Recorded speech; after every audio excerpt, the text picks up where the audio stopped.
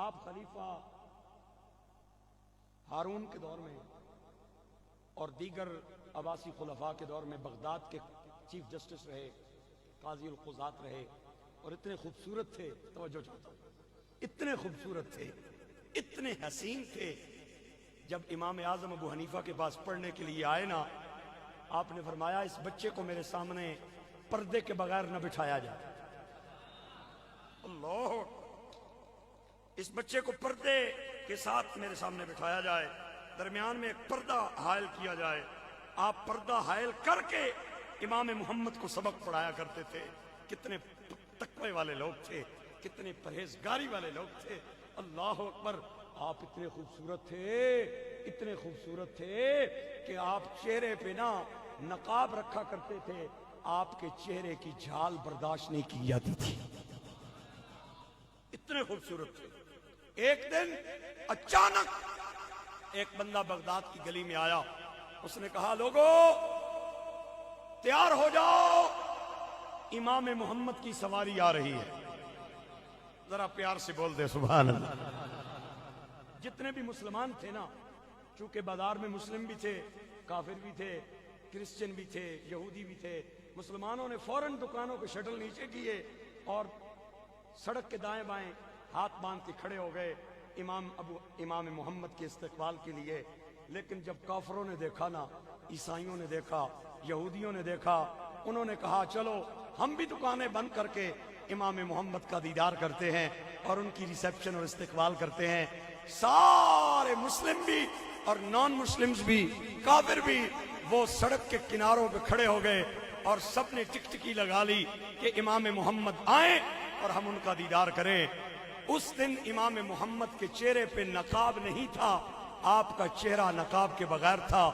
آپ سواری پہ تشریف فرما تھے، دائیں بائیں آپ کے سینکڑوں نوکر تھے اور آپ کی سواری اس شان سے چلتی آ رہی تھی.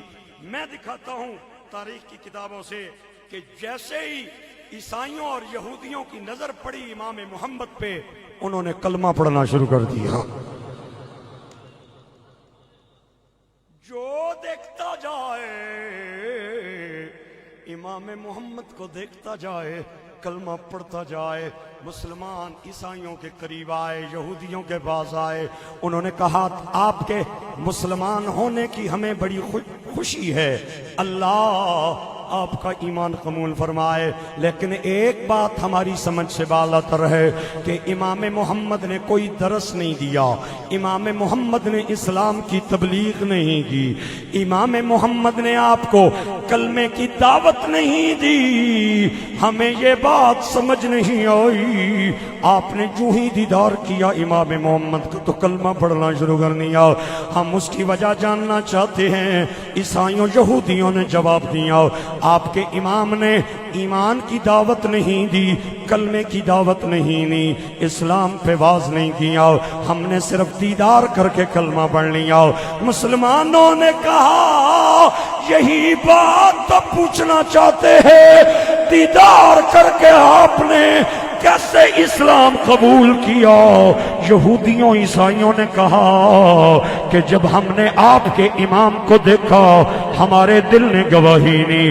اگر یہ مسلمانوں کے چھوٹے امام کا حال ہے، مسلمانوں کے بڑے محمد کی کتنی اونچی شان ہوگی.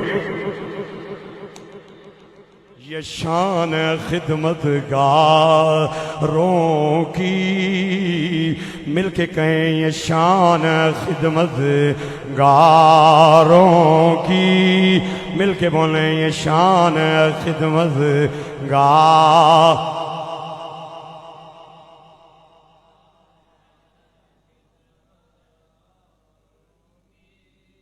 آستانہ عالیہ بطحان شریف آزاد کشمیر سے پیر صاحب تھوڑی دیر بعد تشریف لا رہے ہیں. یہ ہمارا اعزاز ہے کہ قبلہ پیر صاحب آج ہماری مسجد میں تشریف لا رہے ہیں اور تھوڑی سی تاخیر انہیں ہو گئی ہے. مل کے بولیں یہ شان خدمت گاہ، یہ شان خدمت گاروں کی، سردار کا عالم کیا ہوگا. میں جو بات کہنے جا رہا تھا وہ یہ ہے کہ کہ امام محمد کی بارگاہ میں ایک بندہ آیا، آ کے کہتا ہے امام صاحب میں نے منت مانی تھی کہ میرا ایک کام ہو جائے، میں جا کے کعبے کی چوکھٹ کو پیار دوں گا، کعبے کی چوکھٹ کو بوسہ دوں گا۔ اب میرا کام ہو چکا ہے، میں اپنی منت پوری کرنا چاہتا ہوں، لیکن وجہ یہ ہے کہ میں مکے جا نہیں سکتا، میں جا کے کعبے کی چوکھٹ چوم نہیں سکتا، میں کیا کروں؟ آپ نے فرمایا گھبراؤ نہیں، وضو کر کے چلا جا، ماں کے قدم چوم لے، تیری منت جانے محمد جانے۔ آنے والا بندہ رو پڑا امام صاحب کے سامنے، آپ نے رونے کی وجہ دریافت کی، کہتا ہے اس لیے رو رہا ہوں، میں وہ بد نصیب ہوں جس کی ماں کا انتقال ہو چکا ہے، اگر میری ماں زندہ ہوتی آج وضو کر کے ماں کے قدم چوم کے اپنی منتیں پوری کر لیتا، آپ میری ماں زندہ نہیں، میں کیا کروں؟ آپ نے فرمایا پھر بھی گھبرانے کی ضرورت نہیں، وضو کر کے چلا جا قبرستان اور ماں کی قبر کی نشاندہی کر کے اور قدموں والی سائیڈ پہ آ جا، قدم والی سائیڈ قبر کی چوم لے، قیامت والے دن گھبرانا نہیں، تیری منت کا ذمہ دار میں محمد ہو جاؤں۔